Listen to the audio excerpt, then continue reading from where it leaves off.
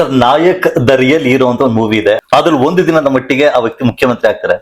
ನೀವಿನ್ನೂ ಜಾಸ್ತಿನ ಆಗ್ಲಿ ಅಂತ ಹೇಳಿ ಬಯಸ್ತೀನಿ. ಆದ್ರೆ ಒಂದು ದಿನಕ್ಕೆ ಈ ಕ್ಷಣಕ್ಕೆ ನೀವು ಮುಖ್ಯಮಂತ್ರಿ ಆದ್ರೆ ಏನ್ ಬದಲಾವಣೆ ತರ್ತೀರಾ? ಒಂದ್ 3 ಬದಲಾವಣೆ. ನೋಡಿ, ನೀವ್ ಹೇಳಿದ್ರಲ್ವಾ ಸಿನಿಮಾ, ಅದು ಆಕ್ಚುಲಿ ಮೊದಲ್ ಒನ್ ಅಂತ ತಮಿಳಲ್ಲಿ ಬಂದಿದ್ದು ಫಸ್ಟ್. ನಮ್ಮ ಕನ್ನಡದವರೇ ಆಗಿರುವಂತ ಅರ್ಜುನ್ ಸರ್ಜಾ ಆ ಸಿನಿಮಾದ ಹೀರೋ. ತುಂಬಾ ಹಿಟ್ ಆಗ್ಬಿಡ್ತದು ತಮಿಳಲ್ಲಿ. ಅದಾದ್ಮೇಲೆ ಅದನ್ನ ತಮಿಳಲ್ಲಿ ಹಿಂದಿಲಿ ರಿಮೇಕ್ ಮಾಡಿರುವಂತದ್ದು.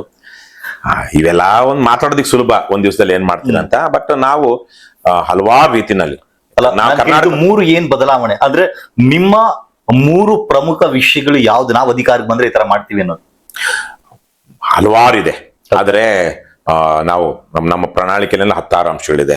ಭ್ರಷ್ಟಾಚಾರ ನಿಗ್ರಹ ಮಾಡೋದಿಕ್ಕೆ, ಲೋಕಾಯುಕ್ತಕ್ಕೆ ಹೆಚ್ಚಿನ ಶಕ್ತಿ ಕೊಡಬೇಕು, ಗ್ರಾಮೀಣ ಭಾಗದ ಬಡತನವನ್ನ ನಿವಾರಿಸೋದಿಕ್ಕೆ. ಇವತ್ತು ಬಹಳ ದೊಡ್ಡ ಮಟ್ಟದಲ್ಲಿ ಅಲ್ಲಿ ತೊಂದರೆ ಆಗಿರುವಂತದ್ದು ಮದ್ಯಪಾನ. ಹಾಗಾಗಿ ಬಡವರು ಮದ್ಯ ಸಿಗದೇ ಇರುವಂತ ರೀತಿಯಲ್ಲಿ ಒಂದು ಮದ್ಯ ನಿಷೇಧ ಮಾಡಬೇಕು ಅನ್ನುವಂಥದ್ದು. 3 ಲಕ್ಷ ಸರ್ಕಾರಿ ಉದ್ಯೋಗಗಳು ಏನಿದೆ ಸರ್ಕಾರ ನಡೆಸೋದಕ್ಕೆ ತುಂಬಾ ಕಡಿಮೆ, ಅದ್ರ ಮೇಲೆ ಅವಲಂಬಿತವಾಗಿರೋದು. 4,49,000 ಕೋಟಿ ರೂಪಾಯಿ ಬಜೆಟ್ ನಮ್ದು. 40,000 ಕೋಟಿ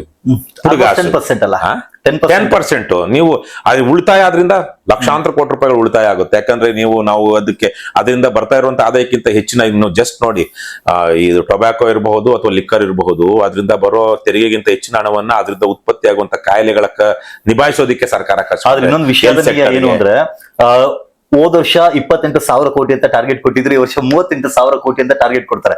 ಅಂದ್ರೆ ಅಧಿಕಾರಿಗಳಿಗೆ ಇಷ್ಟು ದುಡ್ಡು ಈ ಎಕ್ಸೈಸ್ ಡಿಪಾರ್ಟ್ಮೆಂಟ್ ಇದೆ ಇದನ್ನ ಕಲೆಕ್ಟ್ ಮಾಡ್ಬೇಕು ಅಂತ ಟಾರ್ಗೆಟ್ ಕೊಡ್ಲಾಗ್ತದೆ. ಆದ್ರೆ ಡೈರೆಕ್ಟ್ಲಿ ಆರ್ ಇಂಡೈರೆಕ್ಟ್ಲಿ ಜನರಿಗೆ ಕುಡಿಯೋದಕ್ಕೆ ಸರ್ಕಾರ ಡೈರೆಕ್ಟ್ ಇಂಡೈರೆಕ್ಟ್ಲಿ ಏನು ಇಲ್ಲ, ಡೈರೆಕ್ಟ್ ಆಗಿ. ಇದು ಸರ್ಕಾರ, ಇದು ಹೆಣ್ಣು ಕುಡುಕರ ಸರ್ಕಾರ, ಹೆಂಡ ಕುಡಿಸೋ ಸರ್ಕಾರ, ವ್ಯಭಿಚಾರವನ್ನ ಪ್ರಮೋಟ್ ಮಾಡೋ ಸರ್ಕಾರ ಇದು ಈ ಸರ್ಕಾರಗಳು. ಹಾಗಾಗಿ ಅದೇ ರೀತಿಲೇ ಪ್ರತಿ ಹಳ್ಳಿಗೂ ನದಿ ಮೂಲದ ಕುಡಿಯುವ ನೀರಿನ ವ್ಯವಸ್ಥೆ ಆಗಬೇಕು. ಮತ್ತೆ ಮಾಸಾಶನಗಳನ್ನ ಸ್ವಲ್ಪ ಜಾಸ್ತಿ ಮಾಡಬೇಕು. ಪ್ರತಿ ಗ್ರಾಮ ಪಂಚಾಯತಿಯಲ್ಲೂ ಅಲ್ಲೊಂದು ಸ್ಥಳೀಯ ಉದ್ಯೋಗ ಸೃಷ್ಟಿ ಆಗುವ ಹಾಗೆ ಪ್ರತಿ ಕೆರೆಯ ಮೇಲೂ ಸೋಲಾರ್ ಪ್ಯಾನೆಲ್ಗಳನ್ನ ಅಳವಡಿಸಿ ಸ್ಥಳೀಯವಾಗಿನೇ ವಿದ್ಯುತ್ ಉತ್ಪಾದನೆ ಮಾಡಬೇಕು. ಆ ವೈಚಾರಿಕ ಮತ್ತು ವೈಜ್ಞಾನಿಕ ಬೆಳೆ ಮತ್ತು ಬೆಲೆ ಪದ್ಧತಿ. ಇವತ್ತು ರೈತನ ನಾನೊಬ್ಬ ರೈತನಾಗಿ ನೋಡ್ತಿದ್ದೀನಿ, ಅದಕ್ಕಿಂತ ಮೊದಲು ನೋಡಿದ್ದೀನಿ. ನಾವು ತಿನ್ನುವ ಆಹಾರ ಏನಿದೆ ಇವತ್ತು, ಅದು ರೈತನ ಬೆವರಿನಿಗೆ ನಾವು ದುಡ್ಡೇ ಕೊಟ್ಟಿಲ್ಲ. ಅವನ ಜಮೀನು ದುಡ್ಡು ಕೊಟ್ಟಿಲ್ಲ, ಅವನ ಬೆವರು ದುಡ್ಡು ಕೊಟ್ಟಿಲ್ಲ. ಅವ್ನ ಹಾಕಿರೋ ಇನ್ಪುಟ್ ಕಾಸ್ಟ್ ಏನಿದೆ, ಯೂರಿಯಾಗೋ ಬಿತ್ತನೆಗೋ ಟ್ರಾಕ್ಟರ್ಗೋ ಇಷ್ಟಕ್ಕೆ ಮಾತ್ರ ದುಡ್ಡು ಕೊಟ್ಟಿದ್ವಿ. ಅವನ ಶ್ರಮಕ್ಕೆ, ಅವನ ಜಮೀನಿಗೆ ಯಾವ್ದು ದುಡ್ಡು ಕೊಟ್ಟಿಲ್ಲ. ಇನ್ನು ಸ್ವಾಮಿನಾಥನ್ ವರದಿನ ಜಾರಿಗೊಳಿಸೋದಕ್ಕಾಗಿಲ್ಲ. ಇಲ್ಲಿ 1.5 ಅಂದ್ರೆ ನಿಮ್ಗೊಂದು 1,000 ರೂಪಾಯಿ ಖರ್ಚಾಗಿದೆ ಅಂದ್ರೆ ನಿಮ್ಗೆ 2,500 ರೂಪಾಯಿ ಬೆಂಬಲ ಬೆಲೆ ಕೊಡ್ಬೇಕು ಅಂತ ಸ್ವಾಮಿನಾಥನ್ ರಿಪೋರ್ಟ್ ಹೇಳಿರೋದು. ಯಾರು ಮಾಡ್ತಾ ಇಲ್ಲ ಅದನ್ನ. ಹಾಗಾಗಿ ರೈತನ ನಿಜಕ್ಕೂ ನನಗಂತೂ ಒಂದ್ ಸ್ವಲ್ಪ ನಾಚಿಕೆ ಆಗುತ್ತೆ. ಯಾಕಂದ್ರೆ ನಾವು ತಿಂತಿರೋ ಅನ್ನಕ್ಕೆ ನಾವು ದುಡ್ಡು ಕೊಟ್ಟಿಲ್ಲ. ನಾವು ರೈತನ ಭಿಕ್ಷೆಯನ್ನ ತಿಂತಾ ಇರೋದು. ರೈತನ ಭಿಕ್ಷೆ ಭಾರತದ ಪ್ರತಿಯೊಬ್ಬ ಪ್ರಜೆನೂ ಇವತ್ತು ಡೈರೆಕ್ಟ್ ಆಗಿ ಇಂಡೈರೆಕ್ಟ್ ಆಗಿ ರೈತನ ಭಿಕ್ಷೆ ಒಂದು ಪಾಲು ತಿಂತಾ ಇದ್ದಾನೆ. ಹಾಗಾಗಿ ವೈಜ್ಞಾನಿಕ ಬೆಳೆ ಮತ್ತು ಬೆಲೆ ಪದ್ಧತಿ ಜಾರಿ ಆಗ್ಬೇಕು.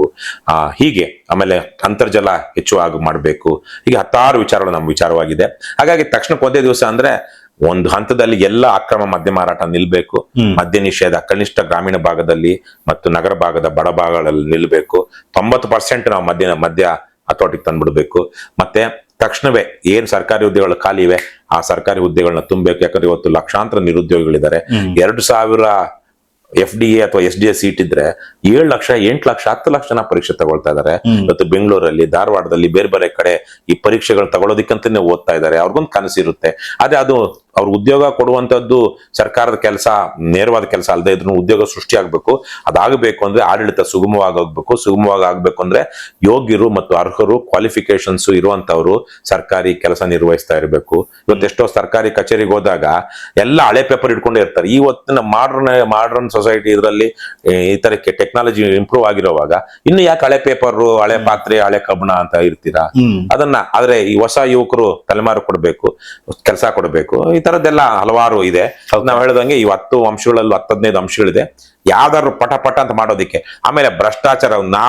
ನನಗೆ ಇನ್ನು 1 ತಿಂಗಳು 1.5 ತಿಂಗಳು ಆಯ್ತು ಅಲ್ವಾ ವಿಜಯ್ ಮುಖ್ಯಮಂತ್ರಿ ಆಗಿ. ಮೊನ್ನೆ ಅಲ್ಲ 2 ದಿವಸದಿಂದ ನನ್ನ ತಾಯಿ ನಮ್ಮ ತಾಲೂಕಿನಿಂದ, ನಮ್ಮ ಬಾರ್ಡ್ರಿಂದ 4 ಕಿಲೋಮೀಟರ್ ಆಚೆಗೆ, ಅವರು ತಮಿಳ್ನಾಡು, ನನ್ನ ತಾಯಿದು ತವ್ರ ಮನೆ.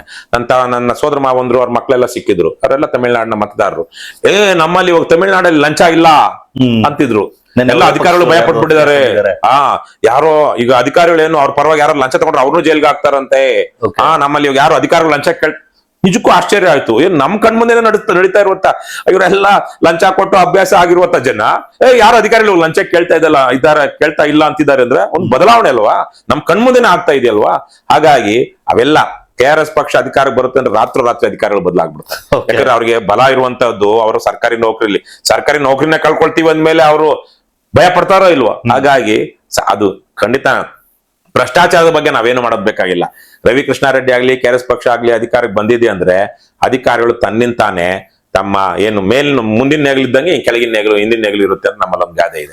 ಮುಂದಿನ ನೇಗಿಲು ಹೇಗೆ ಹೋಗುತ್ತೋ ಹಿಂದಿನ ನೇಗಿಲು ಅದೇ ಸಾಲ ಹೋಗ್ಬೇಕು, ಇಲ್ಲಾಂದ್ರೆ ಸಾಲ್ ಕೆಡುತ್ತೆ, ಒಂದಷ್ಟು ಕಡೆ ಉಳೋದೇ ಇರುವಂತವರು ಕರೆಕ್ಟ್ ಆಗಿ. ಹಾಗಾಗಿ ಮೇಲೆ ಇರೋರು ಇದ್ರೆ ಇವಾಗ ಏನ್ DK ಶಿವಕುಮಾರ್ ನೋಡ್ಕೊಂಡು ಸರ್ಕಾರಿ ಅಧಿಕಾರಿಗಳು ಲಂಚ ತಗೊಳ್ಳೋದು ನಿಲ್ಲಿಸ್ತಾನ? ಅಷ್ಟೇ. ಓಕೆ.